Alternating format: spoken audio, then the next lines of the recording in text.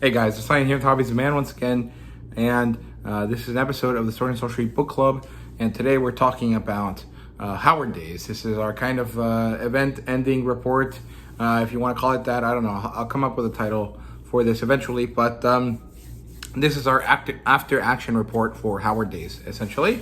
We're going to talk about the stuff that I experienced at Howard Days. We're going to talk a little bit about the event, and I'll splice in some videos from some of the attendees about some information that I want to share with you guys, right? So this year, Howard Days was the 39th edition of the event, I guess.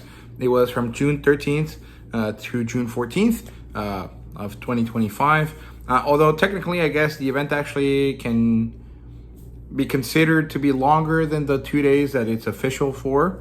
Some people get there earlier and they start kind of, having Howard Fellowship beforehand. And then on Sunday, you can kind of stay behind and do the same thing. Although it's not official. It's just kind of like whatever you want to do, right? And so we're going to talk about that today. So usually, I think that the event changes slightly year to year, right? But I'm not exactly sure how likely or how drastic the changes are. Last year, it felt a bit more controlled, I guess, mostly because with the inclusion of Jim Zub there and his popularity, a lot of times the best place to be was kind of down in the Pavilion, right? But in this year, in this case, some of the most interesting stuff really did happen at the panels or, at the dinner or stuff like that. My experience was different, but it was not necessarily significantly different, right? But, your mileage may vary there depending on your feelings on stuff, right? But, if last year I enjoyed it, this year I enjoyed it even more due to a few things. One, familiarity with the event was wonderful. It made me feel much better about what I was doing. I didn't feel nervous or unsure about some of the stuff, right? And two, familiarity in a different sense, which was that a lot of people already knew that I was there, that I recognized a lot of people, and so that gave the feeling of community that I already felt pretty strongly last year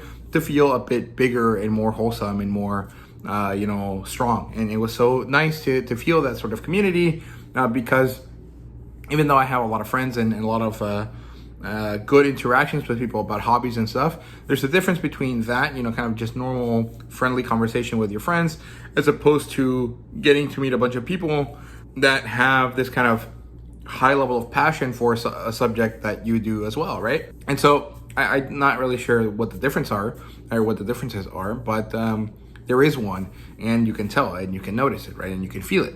And so the third thing that kind of made it different this year was that I actually brought a friend along with me. So Stitch and Dogs had contacted me back a few months ago. I'm not really sure when, to be honest with you. And we had talked about the event, and he had seen my coverage of it last year, and he had talked to Jeff about it last year as well. And he just hadn't been able to make the trip, right? However, this year he did. He kind of found a way to justify it for himself. He managed to come down, and we got together to actually make that happen. And so I drove him around, and we had a lot of fun. And the addition of this friend to our journey, or to my journey, was actually really, really valuable. And it was actually quite nice to get there and kind of be able to show someone else around, and also kind of just have more camaraderie throughout the whole trip. And so my Howard Fellowship actually started a few hours ahead of the actual event. So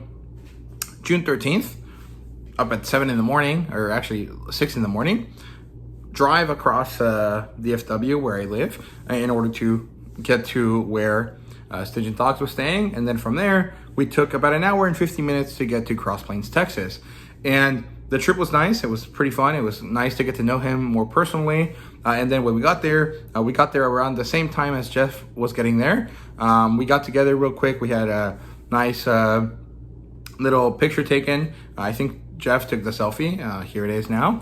And then we just started browsing the small sellers that we had there, right? And as we did that, we actually got approached by someone, and it turned out that someone is follower of ours. I guess we could call him a friend now as well. And that was Chad, Skeptic24. Shout out to you, Chad. Although I didn't get to say goodbye to you on Sunday, and I think that I missed out on that. So hopefully you come by next year and I can do that properly then, right? But he brought along with him 2 friends of his. I think they were his board game buddies, his role play game buddies. One of them was an old guy. His name was Ray. He talked about his army days, which I thought was pretty interesting. And his other friend was Chris, and I had a really fun conversation with him about some manga that he might like as a fan of Conan. And so I think that will turn it eventually into a video idea that I'll do on this channel at some point. I've thought about it before, and while having that conversation with him, I kind of got around to a good, small, but meaningful list of comics that I think, or manga that I think might be appealing to fans of Conan. So I'll eventually get around to that video. We had a nice time with that. Here's a picture of me with Chad. And then we went down to a panel. It's kind of funny because the panels start, or at least this year, it felt kind of like they started a bit too early. You get there and then you kind of get lost in seeing everyone, and then you're like, oh crap, we got to go to the panel, right? And so we ran off to the church where the panels were held, and it's not like that difficult to get there, so it's not like you have to rush or anything, but there is kind of a sense of motion going on throughout the day, and maybe I just got lost in the conversations because it did feel like the panel started a bit earlier than usual this year. I don't know if that's true or not. I'm pretty sure it's not, actually. But the first panel that we went to was Spear and Fang and More. This was a kind of introductory panel to kind of get the day started, but also discuss Howard's first published story and his early works, right? So Spear and Fang is his first story. It's one that isn't really that good, at least based on the ideas that the panelists shared, and the panelists were Jeff Shanks, Bob Deary, and Will Oliver. And the thing is that even though it wasn't that good, it was actually pretty influential to a bunch of different things, right?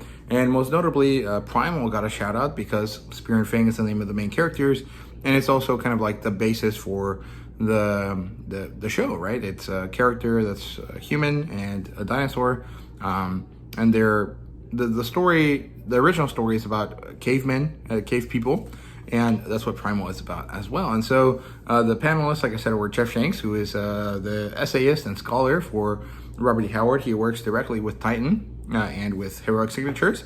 He's the one that writes the essays in the back. We have Bobby Deary, who is another type of scholar.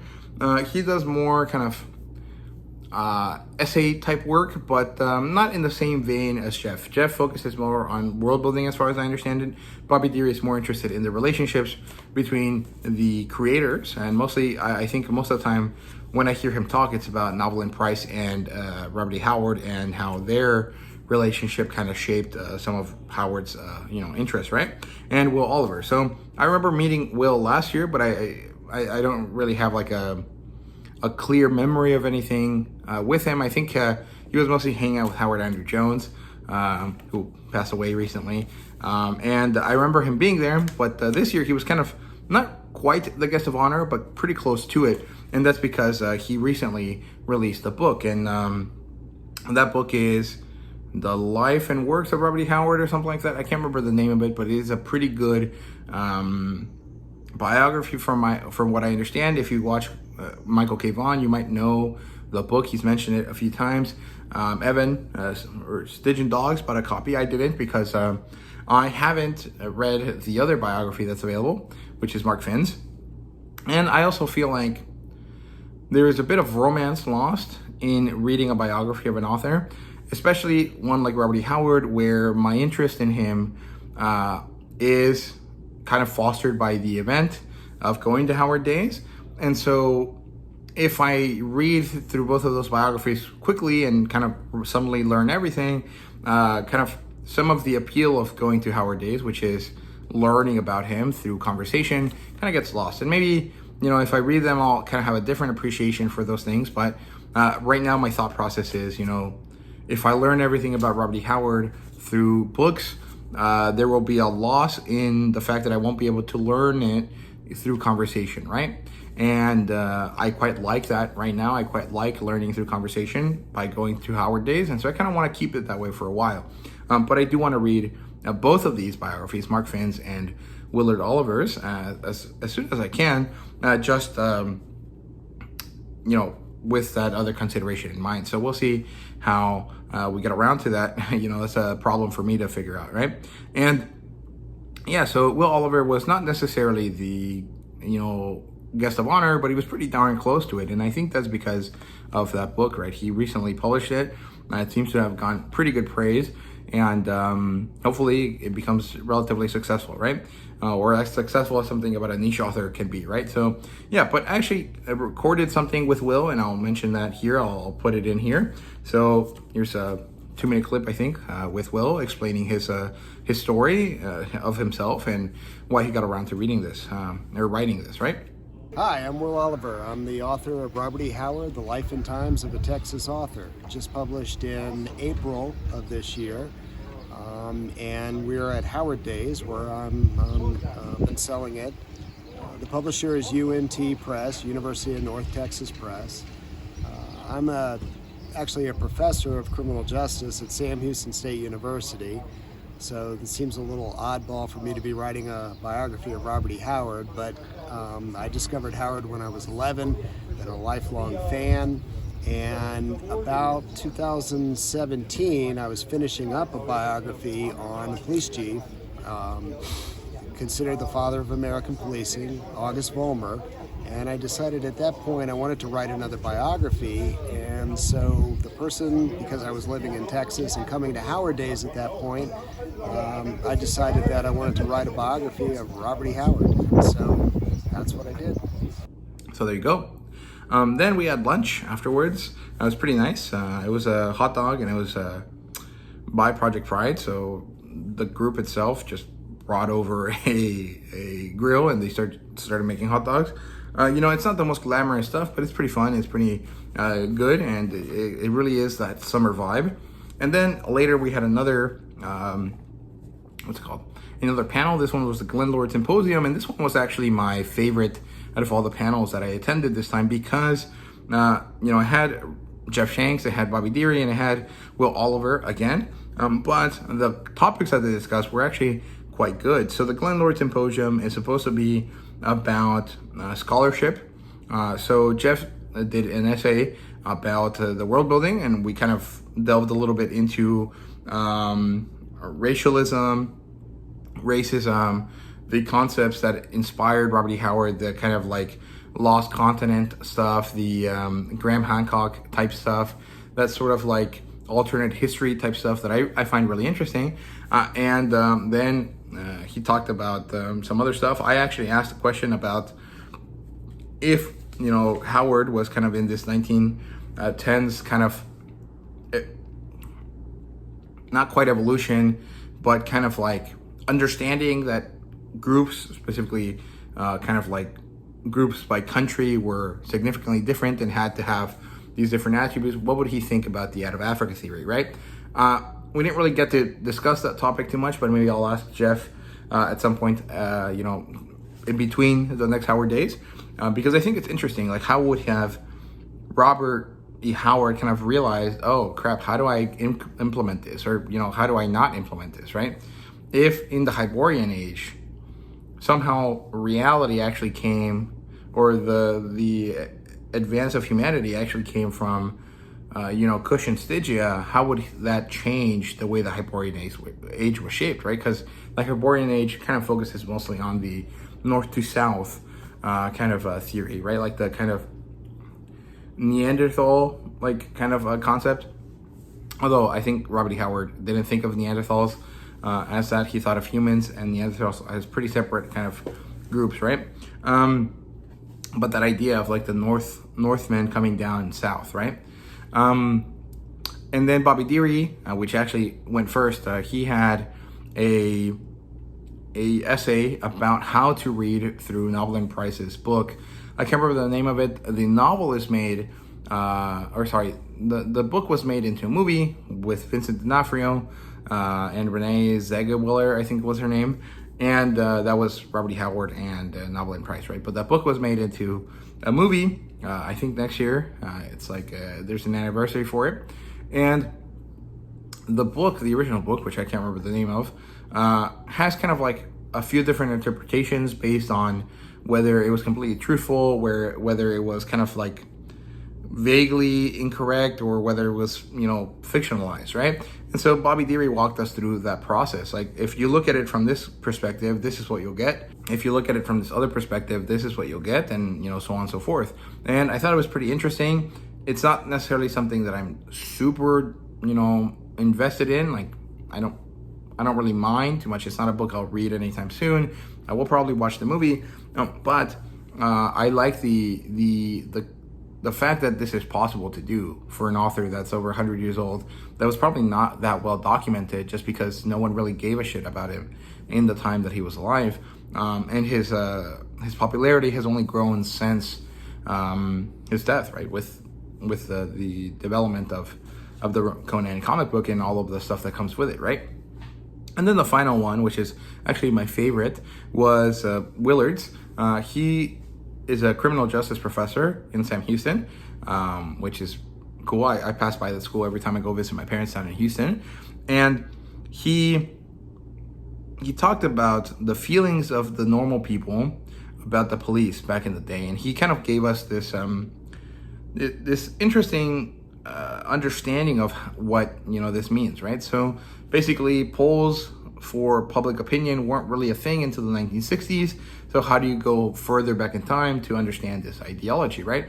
And mostly it's through observational studies. So you read a bunch of letters, and hopefully you can find a consensus on the feelings people had about police, right? And he also talked about the fact that through time, in the last 60 years that we've had opinion polls, there has been a lot of research done in order to understand how people feel about the police, right? And there's basically 4 kind of major concepts plus one extra concept that maybe changes some of the other ones up, right? So the extra concept is race, if I remember correctly, and the 4 main concepts are, where you live, what your socioeconomic status is, what your first experience with the police is, and I can't quite remember the 4th one, but those 4 plus the race issue affects how you view the police, right? And so one of them, I think it was where you live, is either rural or urban, and that affects, that is kind of like the most important one, more or less,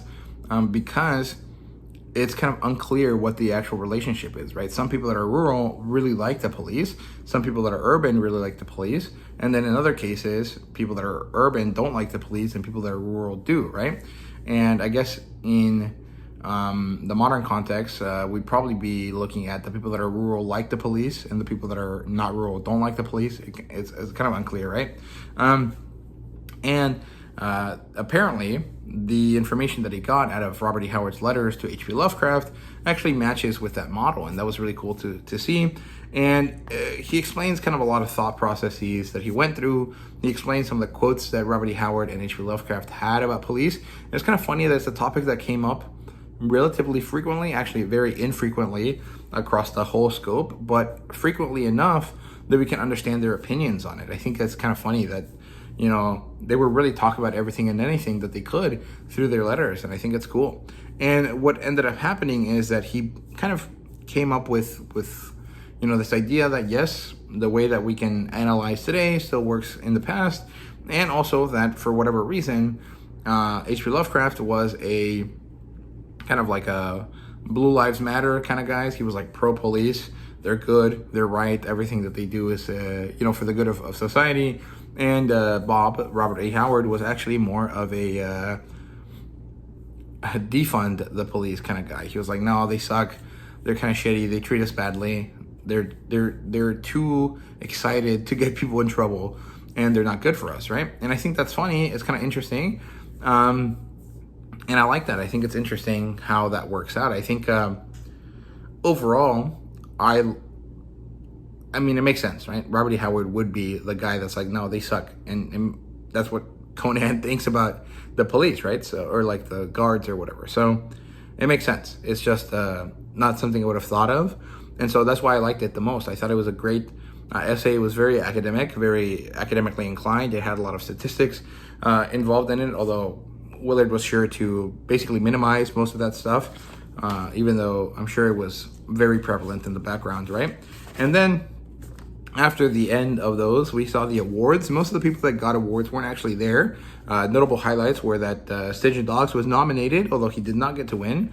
But Michael K. Vaughan, who is a fellow YouTuber, did get to win. He won the Venarium Award for emerging scholarship in Robert E. Howard through the Robert E. Howard Show. I think that he was nominated for Robert E. Howard Show last year as well, and this year he managed to win, which is cool. I can't remember where, I saw a comment recently by him that he says that he is going to try to make his way down to Robert E. Howard Days next year, so hopefully I'll get to meet him. It'll be fun. Jeff won an award, and I can't remember who else won. I do remember one guy that won. His name was Stola, I think, and I can't remember his last name, but he's a guy that has a website dedicated to Robert E. Howard. It's a very important, very meaningful website, and so he was nominated multiple times. He won at least one award, but he was not there because I think he was from Sweden or something, or maybe Germany, so that's fair. And then starting at 5 p.m., that was the symposium stuff ended at about 3, so after that it was just kind of having fun, talking to people at the Pavilion. At 5, the silent auction started. And the silent auction is basically a room full of stuff. The stuff is all donated, and the silent auction is to raise money for the Banquet, and actually not really for the Banquet, but rather for the organization itself, for Project Pride, and for the Robert E. Howard Foundation. And so a lot of people donate things, and there was pretty heated silent auctioning or silent bidding for some of the items. I bid on a few different ones. I did get to win 2 of them, mostly because I would assume that it was stuff that either no one wanted because it was in a language they couldn't read, or it was something that most people already have or have no interest in because it's kind of like derivative of other stuff, right? So I did win 2 things. One of them was a copy of Mark Finn's a biography in Spanish. So in English it's called Blood and Thunder, in Spanish it's called Blood and Fire. The Spanish edition is actually from Spain, so it's not quite the version that I would speak, that I can read, but it's not significantly different enough that it's a problem. At best I'll have 1 or 2 small annoyances about some of the verbiage used, right? But a guy, apparently, Mark Finn told me this, a guy reached out to him and asked him, hey, can I translate this?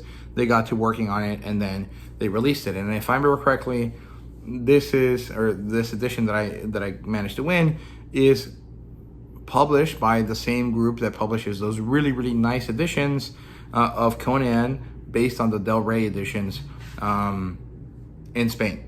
I don't know if that's 100% true. I can't remember, but I'm pretty sure it is, right? It's like the same parent company. It's not quite the same specific editorial publisher, right? Because I think those are published by Minotauro or Minotaur, and this one is published by Spoluga or something like that, or Sportuga.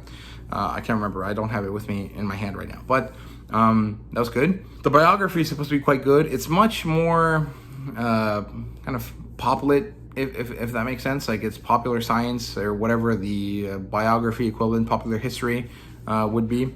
All right, it's kind of whatever that is, popular history. My understanding is that it's not as academic as Willard Oliver's, and so it might be something that's a little bit more accessible to your average person. That's good. I think that's good. I like it. It's also really nice that it's accessible in Spanish. I know that particularly in Spain, there is a huge following for Conan. In Mexico, I think that the following for Conan is quite as big as Spain, but not as vocal, mostly because it's just not as common for Mexican people to be that open about their hobbies and stuff.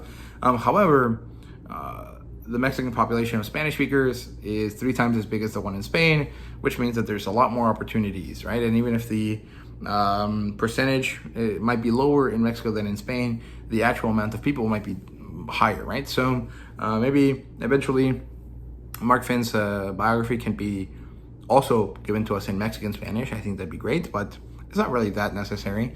The vast majority of Latin America will be able to read it quite easily. So I did record something with Mark, so I'll just put that in here. It's not really related to the biography, if I remember correctly, but here is a few words from Mark Finn. Hey, Mark Finn here. author of Blood and Thunder, The Life and Art of Robert E. Howard. We're here at Robert E. Howard Days at the Robert E. Howard House and Museum. And I just wanted to say thank you to all of you guys who are watching the channel and listening to the podcast and participating and commenting. It means a lot. So we really appreciate your involvement back and forth. Hopefully that you'll watch some of these and be inspired to come check out Robert E. Howard or read some of his books, or just look more into the man and see what made him such an interesting person. So thank you so much for your interest and your attention, and may Crom completely ignore you. And then the other thing I won was Almeric. And I think that most people either already own a copy of Almeric, because my understanding is that it's pretty easy to get, or they were not interested in it because they like the fantasy stuff, not really the sword and space stuff, right? But Almeric is basically a Robert E. Howard version of a Princess of Mars, right? Or the sword and sandal type genre, right? Planetary romance, right? So yeah, pretty cool. I got both of those. I got them for a very good price, mostly because no one else bid, so I didn't really have to raise my bidding all that high. There was a few things that I did want that I didn't get my hands on, and it was pretty funny because as soon as we left the auction, some of the winners ended up with a lot of things, right? One of them specifically was a woman. I think she was the mother of the boy that had the Godzilla shirt last year, if I remember correctly. And I got to talk to them this year. And she was carrying this giant picture of Conan, this like painted thing of Conan. And I asked if she wanted help. She's like, no, I'm good. And she didn't trip or anything, but I did feel like it was kind of scary, right? It was a very massive thing. And, you know, Stitch and Dogs asked her, hey, are you going to put that in the bedroom? She's like, I don't think it'll fit. But it was a fun interaction. I liked it. And there's just something pretty funny about that image of like this giant picture and someone kind of struggling to carry it, kind of not even managing to look above it. So yeah, it was fun. The auction was good. I actually really liked it. I think it was nice. It was cool to see all of the items spread out and kind of put in relation with other things, and also winning some stuff with minimal effort was also quite nice. And then we had the banquet, right? And the banquet was lovely. It was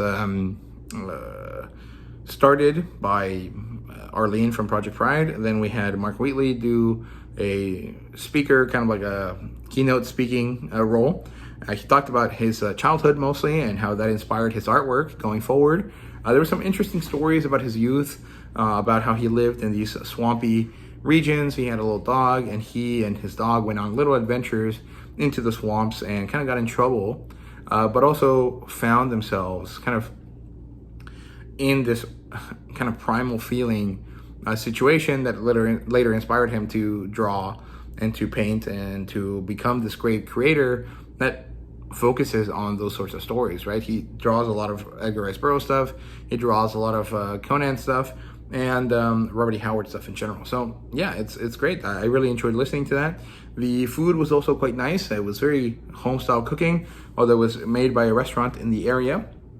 It was a chicken fried steak, and it was lovely. It was very nice. And then finally, the day ended with Fist on the Porch by Mark Finn, Jeff Shanks, and Chris Gruber. And this was also quite nice. It was a lovely portrayal or examination or kind of conversation about boxing stories. And this year was special because they're relaunching some of the boxing stories. They made these definitive editions. They're going to be called the Fist of Iron, I think. There's 4 volumes. The first one just came out. I did buy a copy of it. Got it signed by Mark Finn and Chris Gruber. And so Mark Finn kind of set up the idea that Robert E. Howard does stuff besides Conan. He does other things. The main boxing character is Sailor Steve Costigan. And Jeff Shanks added some, historical information to that. And then Chris was really the one that focused on giving us the understanding that these stories were good, that these stories were enjoyable and fun, and that there was a lot to learn from them, right? And they talked about this idea of atavism, this concept that some people just have a genetic difference that makes them more willing to fight, more able to fight, and that kind of creates or leads to the development of this Iron Man, this person that can just take punishment and then return it just as powerfully, right? And then there were some dramatic readings of some of that, which were pretty funny. Jeff Shanks and Mark Finn kind of played it pretty straight, although Mark Finn did a comedy bit and Jeff did a kind of more normal serious bit, and Chris did kind of a humorous one, but a lot of the humor really came from how he was reading it. He made the silly voice for one of the female characters that showed up in the story that was just really fun. But really, the thing with Chris was that his passion for the topic, his passion for sports really shone through and really made you kind of want to understand where it came from, right? His interest in Howard's boxing tales. And so it was really nice. It was a great moment. And then we did some, Howard fellowship, and then we went off to Santiana to stay for the night. And suddenly it was kind of funny because on the drive there, I was driving. I wasn't really scared per se, but there was a definite feeling of like, dude, this is kind of horrifying. It's like this just shitty. No, they're not that shitty actually. They're pretty good, but they're like narrow, small country roads. It's pitch black. There's a lot of animals throughout the sides. We did see a deer. We didn't hit any, thankfully, but it was just pitch black, and it really gives you that feeling of like, oh, aliens, Sasquatch, a death cult, something can come out of this and really, really mess you up. And it was almost kind of interesting because on the way there, we did see this oppressive darkness that Conan or that Robert E. Howard describes in Samaria in the poem. And then on the way back in the morning, we did see those nice rolling hills and these really beautiful kind of like, just natural vistas that I feel like, oh, this is what Samaria was, right? I know technically it's actually supposed to be based on Fredericksburg, but this area felt very, very much like somewhere where Conan would just be trapezing about and fighting monsters and stuff, right? And it was really beautiful. It was a nice drive. That drive kind of really informed some of my thoughts on what Samaria and some of the places that Conan visits looked like. So that was great. The Saturday was quite good as well. So we got there about the same time, about 10 a.m. We ended up getting some donuts with Jeff. It was nice. And then we didn't really do any of the morning type tour things. We just went straight to the Robert E. Howard Foundation press table, bought some of the books that we wanted.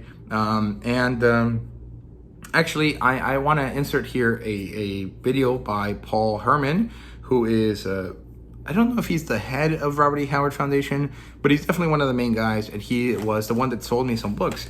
And I asked him to record a video kind of explaining what the Robert E. Howard Foundation is and how you can join it. I'll leave a link to the website down below, but here is Paul Herman giving you a little rundown of that. Hi, I'm Paul Herman, the Robert E. Howard Foundation.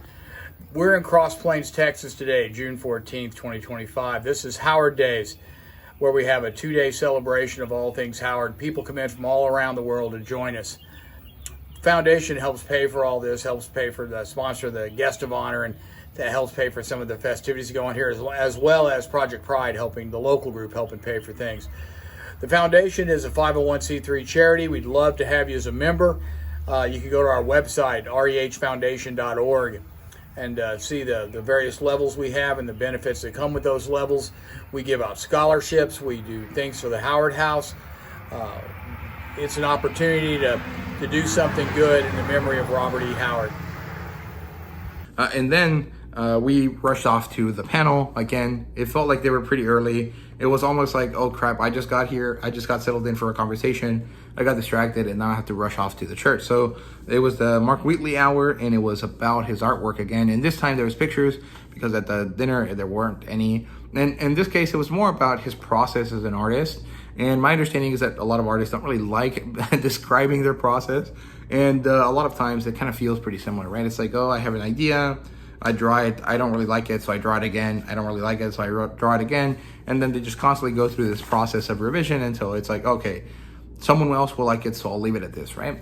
And he talked about some other stuff as well. He talked about the fact that he's mostly a digital artist at this point. He likes using real instruments, but there's just something different about them, and it's just harder to get some of the things that he wants out of his art via physical implements, right? And so he likes using digital. And he and Billy Cavalier, who's also an artist, kind of had a nice, interesting discussion about the differences there, right? And he showed off a lot of artwork, some of it that he did for Rebel Moon, the Scott Snyder movie, which is not good, but the poster is awesome. I really loved it. And as he kept talking about that, I really fell in love with some of his artwork. I asked him to get to sign some stuff for me. He did very graciously afterwards. And then I did buy a small book of his. It was mostly just kind of like a sketchbook. I did want to buy some of his other stuff, but it was just a bit too out of my price range for what I wanted, right? It was just a bit much, but I liked it. I think it was quite beautiful, and I actually really like the artwork. I like that he is the one that's doing all of the covers for the Foundation Press. So it was a great panel. I actually really enjoyed it. Then we had lunch. This one was kind of up in the air. No one really had any lunch plans, so me and Stygian Dogs ended up at the one of 3 restaurants in town, I think, and it's the one that's kind of right across from Robert's house, which is Mexico City Cafe. It was quite good, actually. I recommend it. If you guys go down there, there's pretty good food. I liked it. I didn't really have any complaints at all, so yeah. Then there was another panel. This one was his professional and personal life. I didn't attend that one. I was not that interested in it, although my understanding is that it was pretty good, right? I wanted to talk to people instead of going to a panel again, so we skipped that one, and then we went down to the 3 o'clock panel, which is what's up with REH, or what's coming next. And this one was mostly Jeff with some few other people there talking about some of the stuff going forward. Mostly it was almost like a question and answer panel more than anything. You know, Jeff told us, hey, this stuff is going to come out pretty soon. There's some work done on some of the novellas in order to publish them physically. And then Paul Herman told us about the Foundation Press's kind of release schedule and the fact that they're ramping up. They're trying to get more things out, and that hopefully everything will be like in a definitive edition, more or less, right? And the fact that they also have done work to make sure that it's more accessible, right? The hardcovers are about $30. The paperbacks are about $20. That's only $2 more compared to the Del Rey editions. They're in the same print size and trim and everything. The only difference is the style, right? The covers don't look the same because they're done by Mark Wheatley, whereas the Del Rey ones are done by random people. And they're not gonna have the same black spine and generic like single color title, right? They're gonna be a bit different, but they will be similar to each other. So they'll be like, you know, the Del Rey collection of 7 books, and then the Robert E. Howard Foundation Press collection of all the other books. So you can definitely own everything that Robert E. Howard has ever created. It's just about which editions do you want, how do you want to collect it, and going out of your way to do so, right? And then it was just mostly having fun down by the Pavilion. They did the tour of the house again. I already went to it last year, so I didn't bother this year. Mostly just stayed around talking to some friends. Ended up chatting with Chad and Chris and Ray. Again, I got some ice cream and I met some people. Deborah Abbott, I think her name is. She was basically a cosplayer that kind of ended up getting on that accidentally, on that, you know, kind of path accidentally. She also does some ghost hunting as well. And she was telling me her story. I was like, oh, you're kind of like Wendy Pini, the creator of ElfQuest. She didn't really understand what I was saying, but you know, I meant it positively because Wendy Pini was Red Sonja for Roy Thomas. And Deborah Abbott said she used to cosplay Xena for events. And she talked about a comic book she made called Tango, who was drawn by Mark Scholes, which is pretty cool. He's a great artist, actually. I quite like his work. He did one of the Conan books, and I think the most interesting thing that he's done is probably Xenozoic Tales, although he's done more things, but that's the one I'm interested in. Hopefully I'll get it for my birthday this year, which would be nice. But yeah, I had a nice conversation with her. And then we were supposed to have food trucks this year, but they canceled last second, so everyone had to go get their own dinner. I didn't really bother. I ate a good lunch, so I was pretty full. And actually that ended up being good because later a lady came by with tamales that she had just made, and a lot of us ate those tamales instead of, you know, eating somewhere else. And we helped a member of the community quite directly, right? We paid her for her tamales instead of just going to Dairy Queen or whatever, right? And the final event here was the Barbara Barrett Memorial Porchlight Poetry. It was set up a bit differently from usual, just to avoid the sun. And I actually read a poem through that event. So the idea is Robert E. Howard wrote a lot of poetry. It's important to, appreciate it. It's good. And Sumeria is his most well-known poem, or the poem that is most relevant to the vast majority of fans, since it's about Conan's homeland. And it's one that they usually get recited in multiple languages. So I decided to do so. I did it in Spanish, obviously. After me, Billy Cavalier did it in English. I can't remember the name of the guy that did it in Gaelic. Miss Barbara Baum, who, if I remember correctly, is the previous owner of the Conan license. And this was she was here this year because she's having health issues, and she decided that she was going to leave Cross Plains, Texas, where she lived, in order to go somewhere else. I assume to, get closer to proper health care if an accident were to happen. And she was there. She was going to read the Spanish edition. I did it, so she ended up reading the Italian. I actually got to talk to her afterwards because she wanted me to help her go through the translation of the poem in Spanish again, just so that it would flow better. And I appreciate that I took a picture with her. Here it is. And it was a nice conversation I had with her. It was quite lovely. I really had a great time talking to her. It was very nice. And a bunch of other people read poetry. There was one kid that was a standout. I don't know how much younger he is than me, but I assume he was my age or younger. And it was like him and his dad were both wearing Conan shirts, like Robert E. Howard museum shirts. And then his mom and his younger sister, I think, were also there. They didn't seem to be all that interested, but they're quite happy to be there. And this young guy was like, hey, this is kind of off the cuff. I wasn't going to do this, but here it is.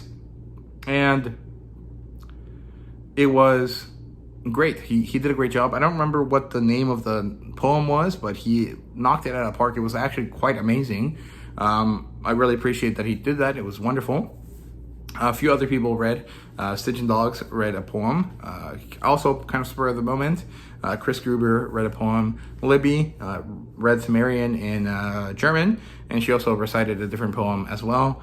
And at that point, the event kind of went a bit long for me, so I moved on to other things, mostly to talk to Jeff and Jay, who is a Facebook page he runs a Facebook page, he's a Facebook page administrator, I guess is what I was going for. And he was kind of the standout new guy that came by. He came by early, so he got to meet Jeff early, and he was well embraced by Jeff. They talked about video games a lot. Stitch and Dogs also talked to him about video games a lot. And I ended up talking to him about other stuff, and actually got him to talk to me about his introduction to Conan, what he kind of liked about it and what he does. And so here are those clips now. Hey, how's everybody out there doing? My name is Jay Johnson. Online they call me Mad Taurus.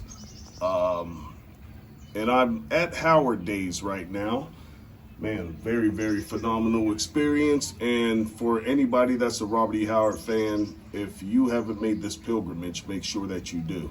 I've been trying to get here for the past few years now. Wasn't able to make it, had some financial setbacks. Was finally able to get down here 2 days ago, and man, I'm just having a blast.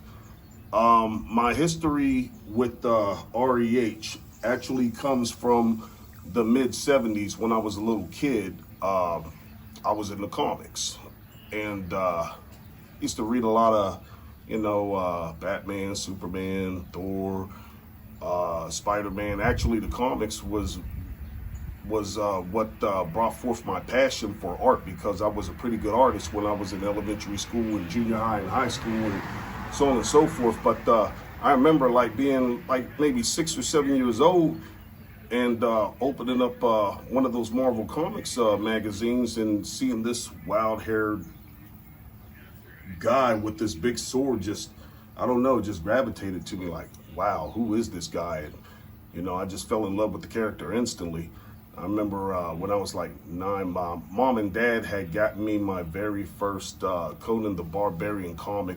It was back then Marvel Treasury editions. They were very, very big. And my first one I had was, I forget the number of the issue. I actually have it at home in a sleeve. But it featured Robert E. Howard's story, Iron Shadows in the Moonlight, but Marvel Comics shortened it to Iron Shadows in the Moon. which is still to this very day my favorite Robert E. Howard story about Conan. And I just always had a love for the character, you know.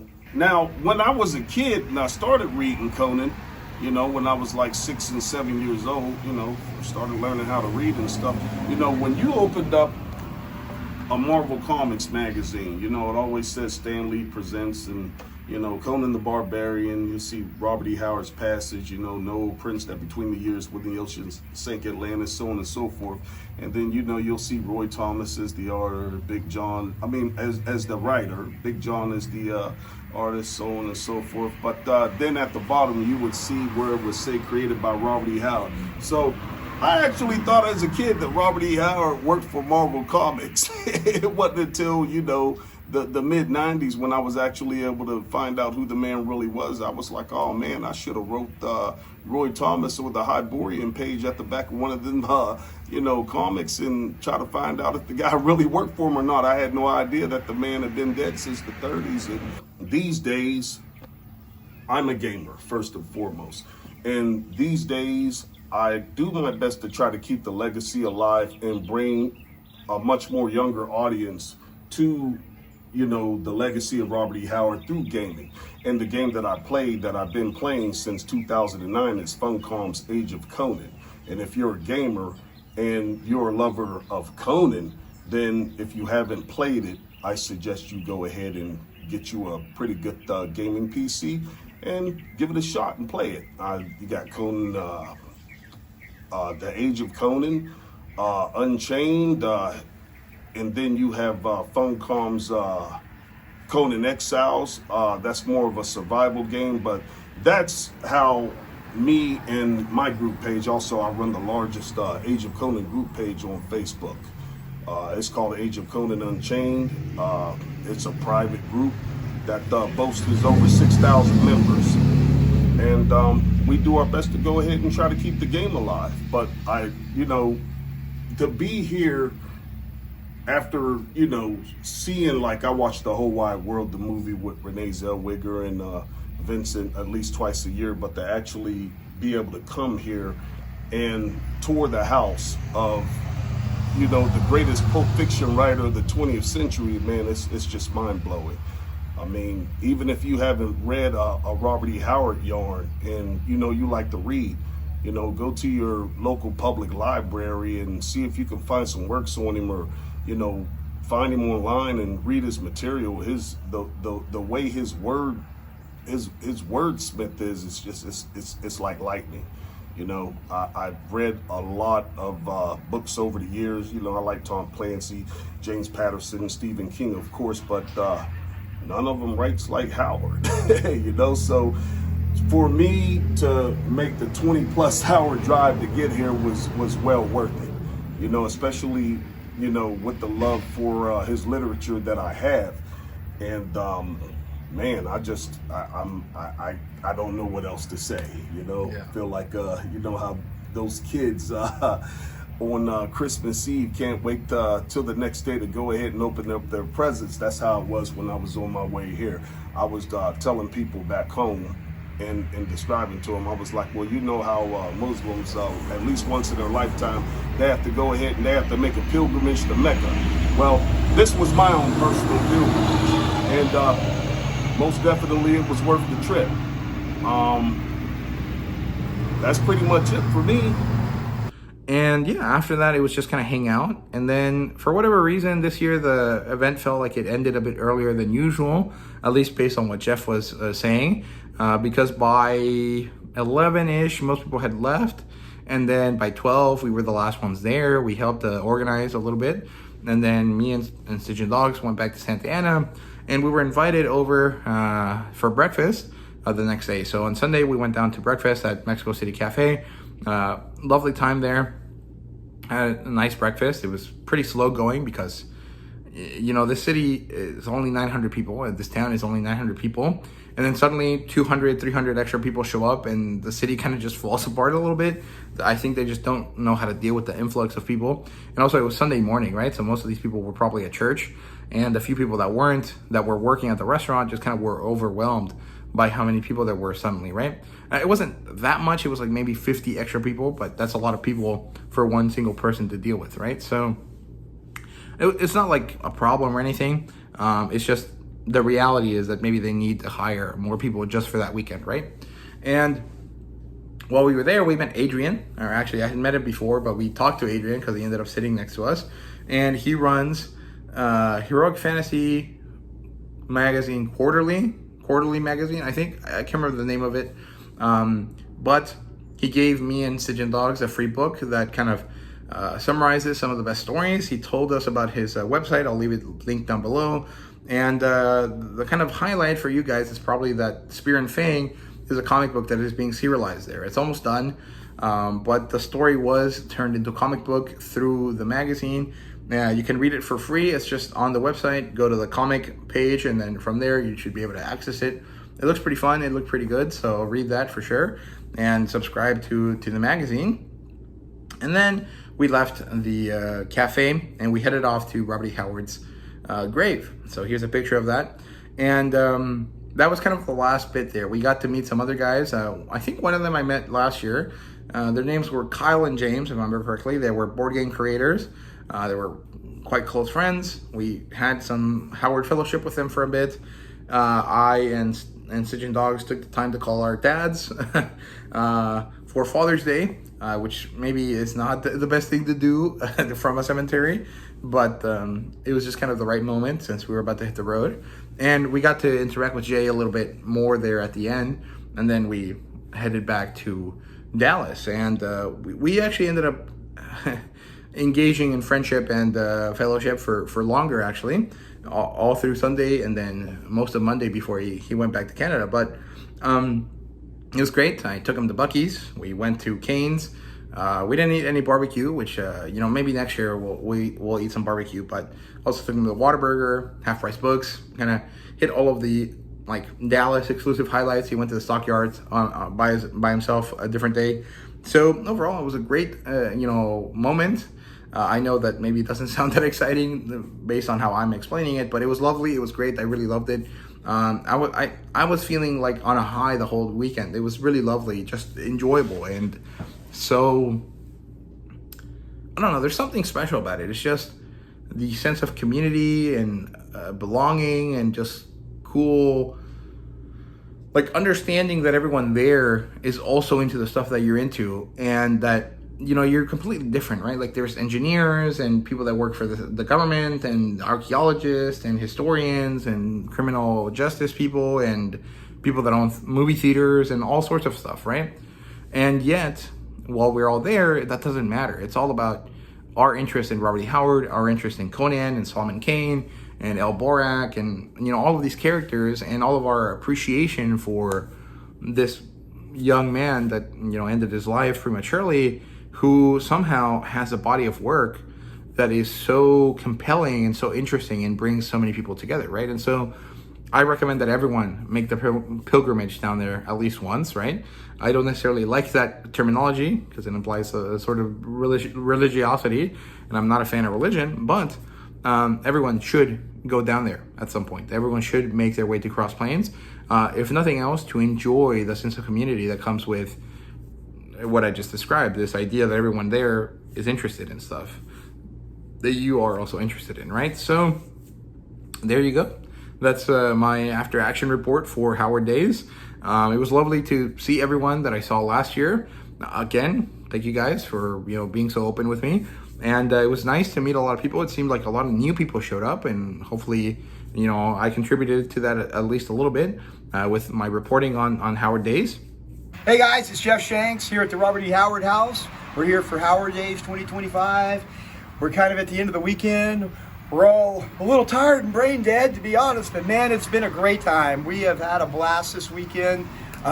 Listen, if you've never been to Robert E. Howard Days, make the pilgrimage. If you're a fan of Howard, if you're a fan of Conan Cole, Solomon Kane, come down here. It's every year, second weekend in June.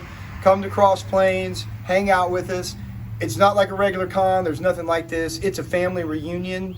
All of us come here. We're all friends and family. And even when new people show up, it's just like a long-lost cousin showed up. And we just welcome them to the fold. come on down, have a good time. I hope to see some of you guys here next year. And there really isn't too much else to say. So I did get a little bit of a haul, but I won't record that here because the video is going on a bit too long at this point. But I will do a separate video probably for Thursday. After Thursday, on Saturday, if I can get it done properly, I'll have that video that I promised for Sunday, which was the review for Conan Eastern Horizons. I'm not a big fan of the story, so it might be a negative video. And then after that, Savage Sword will come out on Wednesday, I think.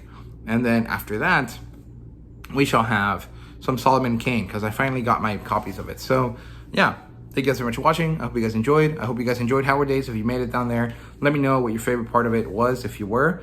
And yeah, thank you guys, and see you guys later.